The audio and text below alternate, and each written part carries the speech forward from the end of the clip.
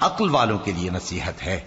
بھلا جس شخص کا سینہ اللہ نے اسلام کے لیے کھول دیا ہو، سو وہ اپنے پروردگار کی طرف سے روشنی پر ہو، تو کیا وہ سخت دل کافر کی طرح ہو سکتا ہے؟ پس ان پر افسوس ہے جن کے دل اللہ کی یاد سے غافل اور سخت ہو رہی ہیں، اور یہی لوگ سراسر گمراہی میں ہیں۔ اللہ نے نہایت اچھی باتیں نازل فرمائی ہیں، یعنی کتاب جس کی آیتیں باہم ملتی جلتی ہیں اور دہرائی جاتی ہیں۔ جو لوگ اپنے پروردگار سے ڈرتے ہیں ان کے بدن کے رونگٹے اسے سن کر کھڑے ہو جاتے ہیں، پھر ان کی کھالیں نرم ہو جاتی ہیں اور دل بھی نرم ہو کر اللہ کی یاد کی طرف متوجہ ہو جاتی ہیں۔ یہی اللہ کی ہدایت ہے، وہ اس سے جس کو چاہتا ہے ہدایت دیتا ہے، اور جس کو اللہ گمراہ رہنے دے اس کو کوئی ہدایت دینے والا نہیں۔ بھلا جو شخص قیامت کے دن اپنے چہرے پر برے عذاب کو روکتا ہو، کیا وہ ویسا ہو سکتا ہے جو چین میں ہو؟ اور ظالموں سے کہا جائے گا کہ جو کچھ تم کرتے رہے تھے اب اس کے مزے چکھو۔ جو لوگ ان سے پہلے تھے انہوں نے بھی تکذیب کی تھی، تو ان پر عذاب ایسی جگہ سے آ گیا کہ ان کو خبر ہی نہ تھی۔ پھر ان کو اللہ نے دنیا کی زندگی میں رسوائی کا مزہ چکھا دیا، اور آخرت کا عذاب تو بہت ہی بڑا ہے۔ کاش یہ سمجھ رکھتے۔ اور ہم نے لوگوں کے سمجھانے کے لیے اس قرآن میں ہر طرح کی مثالیں بیان کی ہیں تاکہ وہ نصیحت حاصل کریں۔ یہ قرآن عربی ہے جس میں کوئی عیب اور اختلاف نہیں، تاکہ وہ ڈر مانے۔ اللہ ایک مثال بیان کرتا ہے کہ ایک شخص ہے جس میں کئی آدمی شریک ہیں مختلف مزاج کے، اور ایک آدمی پورے کا پورا ایک شخص کا غلام ہے۔ بھلا دونوں کی حالت برابر ہے؟ نہیں، الحمدللہ، مگر یہ اکثر لوگ نہیں جانتے۔ اے پیغمبر، تم بھی مرنے والے ہو اور یہ بھی مرنے والے ہیں، پھر تم سب قیامت کے دن اپنے پروردگار کے سامنے جھگڑو گے۔ پھر اس سے بڑھ کر ظالم کون جو اللہ پر جھوٹ بولے اور سچی بات جب اس کے پاس پہنچ جائے تو اسے جھٹلائے۔ کیا جہنم میں کافروں کا ٹھکانہ نہیں ہے؟ اور جو شخص سچی بات لے کر آیا اور جس نے اس کی تصدیق کی، وہی لوگ متقی ہیں۔ وہ جو چاہیں گے ان کے لیے ان کے پروردگار کے پاس موجود ہے۔ نیکوکاروں کا یہی بدلہ ہے، تاکہ اللہ ان سے برائیوں کو جو انہوں نے کی دور کر دے، اور نیک کاموں کا جو وہ کرتے رہے ان کو بدلہ دے۔ کیا اللہ اپنے بندے کو کافی نہیں؟ اور اے نبی، یہ تم کو ان لوگوں سے جو اللہ کے سوا ہیں یعنی غیر اللہ سے ڈراتے ہیں، اور جس کو اللہ گمراہ رہنے دے اسے کوئی ہدایت دینے والا نہیں، اور جس کو اللہ ہدایت دے اس کو کوئی گمراہ کرنے والا نہیں۔ کیا اللہ عزت والا بدلہ لینے والا نہیں ہے؟ اور اگر تم ان سے پوچھو کہ آسمانوں اور زمین کو کس نے پیدا کیا تو کہہ دیں گے کہ اللہ نے۔ کہو کہ بھلا دیکھو تو جن کو تم اللہ کے سوا پکارتے ہو، اگر اللہ مجھ کو کوئی تکلیف پہنچانی چاہے تو کیا وہ اس تکلیف کو دور کر سکتی ہیں؟ یا اگر وہ مجھ پر مہربانی کرنا چاہے تو کیا وہ اس کی مہربانی کو روک سکتے ہیں؟ کہہ دو کہ مجھے اللہ ہی کافی ہے، بھروسہ رکھنے والے اسی پر بھروسہ رکھتے ہیں۔ کہہ دو کہ اے قوم، تم اپنی جگہ عمل کیے جاؤ، میں اپنی جگہ عمل کیے جاتا ہوں۔ ان قریب تم کو معلوم ہو جائے گا کہ کس پر عذاب آتا ہے جو اسے رسوا کرے گا، اور کس پر ہمیشہ کا عذاب نازل ہوتا ہے۔ ہم نے تم پر یہ کتاب لوگوں کی ہدایت کے لیے سچائی کے ساتھ نازل کی ہے، تو جو شخص ہدایت پاتا ہے تو اپنے بھلے کے لیے، اور جو گمراہ ہوتا ہے تو گمراہی سے اپنا ہی نقصان کرتا ہے۔ اور اے پیغمبر، تم ان کے ذمہ دار نہیں ہو۔ اللہ لوگوں کے مرنے کے وقت ان کی روحیں قبض کر لیتا ہے، اور جو مرے نہیں ان کی روحیں سوتے میں قبض کر لیتا ہے۔ پھر جن پر موت کا حکم کر چکتا ہے ان کو روک رکھتا ہے، اور باقی روحوں کو ایک وقت مقرر تک کے لیے چھوڑ دیتا ہے۔ جو لوگ غور و فکر کرتے ہیں ان کے لیے اس میں نشانیاں ہیں۔ کیا انہوں نے اللہ کے سوا اور سفارشی بنا لیے ہیں؟ کہو کہ خواہ وہ کسی چیز کا بھی اختیار نہ رکھتے ہوں اور نہ کچھ سمجھتے ہی ہوں تب بھی، کہہ دو کہ سفارش تو سب اللہ ہی کے اختیار میں ہے، اسی کے لیے آسمانوں اور زمین کی بادشاہت ہے، پھر تم اسی کی طرف لوٹ کر جاؤ گے۔ اور جب ایک اکیلے اللہ کا ذکر کیا جاتا ہے تو جو لوگ آخرت پر ایمان نہیں رکھتے ان کے دل گھٹ جاتے ہیں، اور جب اللہ کے سوا اوروں کا ذکر کیا جاتا ہے تو فوراً خوش ہو جاتے ہیں۔ کہو کہ اے اللہ، اے آسمانوں اور زمین کے پیدا کرنے والے، پوشیدہ اور ظاہر کے جاننے والے، تو ہی اپنے بندوں میں ان باتوں کا جن میں وہ اختلاف کرتے رہے ہیں فیصلہ کرے گا۔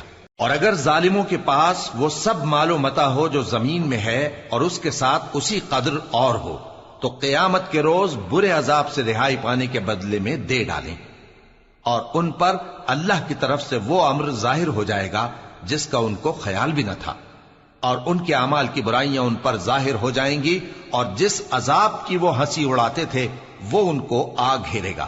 سو جب انسان کو تکلیف پہنچتی ہے تو ہمیں پکارنے لگتا ہے، پھر جب ہم اس کو اپنی طرف سے نعمت بخشتے ہیں تو کہتا ہے کہ یہ تو مجھے میرے علم و دانش کے سبب ملی ہے۔ نہیں، بلکہ وہ آزمائش ہے، مگر ان میں سے اکثر نہیں جانتے۔ جو لوگ ان سے پہلے تھے وہ بھی یہی کہا کرتے تھے، تو جو کچھ وہ کیا کرتے تھے ان کے کچھ کام نہ آیا، آخر ان پر ان کی برائیوں کا وبال پڑ گیا۔ اور جو لوگ ان میں سے ظلم کرتے رہے ہیں ان پر بھی ان کے برے اعمال کا وبال عنقریب پڑے گا، اور وہ اللہ کو عاجز نہیں کر سکتے۔ کیا ان کو معلوم نہیں کہ اللہ ہی جس کے لیے چاہتا ہے رزق کو فراخ کر دیتا ہے اور جس کے لیے چاہتا ہے تنگ کر دیتا ہے؟ جو لوگ ایمان لاتے ہیں ان کے لیے اس میں بہت سی نشانیاں ہیں۔ اے پیغمبر، میری طرف سے لوگوں کو کہہ دو کہ اے میرے بندو، جنہوں نے اپنی جانوں پر زیادتی کی ہے، اللہ کی رحمت سے نا امید نہ ہونا۔ اللہ تو سب گناہوں کو بخش دیتا ہے، بے شک وہی تو ہے بڑا بخشنے والا، بڑا مہربان۔ اور اس سے پہلے کہ تم پر عذاب آ واقع ہو، اپنے پروردگار کی طرف رجوع کرو اور اس کے فرما بردار ہو جاؤ، ورنہ بعد میں تم کو مدد نہیں ملے گی۔ اور اس سے پہلے کہ تم پر ناگہاں عذاب آ جائے اور تم کو خبر بھی نہ ہو، اس نہایت اچھی کتاب کی جو تمہارے پروردگار کی طرف سے تمہاری جانب نازل ہوئی ہے پیروی کرو۔ ایسا نہ ہو کہ اس وقت کوئی شخص کہنے لگے کہ ہائے اس کوتاہی پر افسوس ہے جو میں نے اللہ کا حق ماننے میں کی، اور میں تو ہنسی ہی کرتا رہا، یا یہ کہنے لگے کہ اگر اللہ مجھ کو ہدایت دیتا تو میں بھی پرہیزگاروں میں ہوتا، یا جب عذاب دیکھ لے تو کہنے لگے کہ اگر مجھے پھر ایک دفعہ دنیا میں جانا ہو تو میں نیکوکاروں میں ہو جاؤں۔ ارشاد ہوگا کیوں نہیں، میری آیتیں تیرے پاس پہنچ گئی تھی مگر تو نے ان کو جھٹلایا اور شیخی میں آ گیا اور تو کافر بن گیا۔ اور اے مخاطب، جن لوگوں نے اللہ پر جھوٹ بولا تم قیامت کے دن دیکھو گے کہ ان کے چہرے سیاہ ہو رہے ہوں گے۔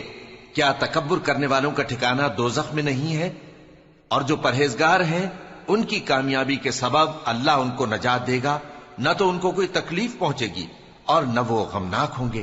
اللہ ہی ہر چیز کا پیدا کرنے والا ہے اور وہی ہر چیز کا نگراں ہے۔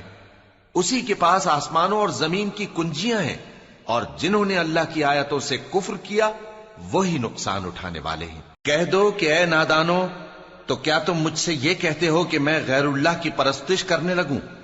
اور اے پیغمبر، تمہاری طرف اور ان پیغمبروں کی طرف جو تم سے پہلے ہو چکے ہیں یہی وہی بھیجی گئی ہے کہ اگر تم نے شرک کیا تو تمہارے اعمال برباد ہو جائیں گے اور تم نقصان اٹھانے والوں میں ہو جاؤ گے، بلکہ اللہ ہی کی عبادت کرو اور شکر گزاروں میں رہو۔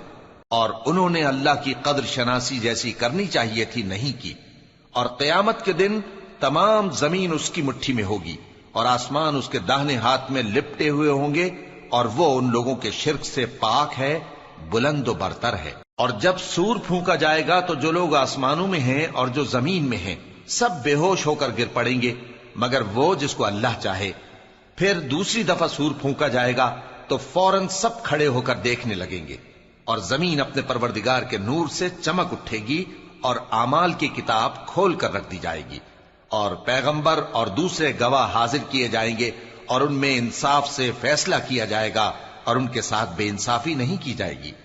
اور جس شخص نے جو عمل کیا ہوگا اس کو اس کا پورا پورا بدلہ مل جائے گا، اور جو کچھ یہ کرتے ہیں اس کو سب کی خبر ہے۔ اور کافر گروہ گروہ کر کے جہنم کی طرف ہانکے جائیں گے، یہاں تک کہ جب وہ اس کے پاس پہنچ جائیں گے تو اس کے دروازے کھول دیے جائیں گے، اور اس کے داروغہ ان سے کہیں گے کہ کیا تمہارے پاس تمہیں میں سے پیغمبر نہیں آئے تھے جو تم کو تمہارے پروردگار کی آیتیں پڑھ پڑھ کر سناتے اور تمہارے اس دن کے پیش آنے سے تمہیں ڈراتے تھے؟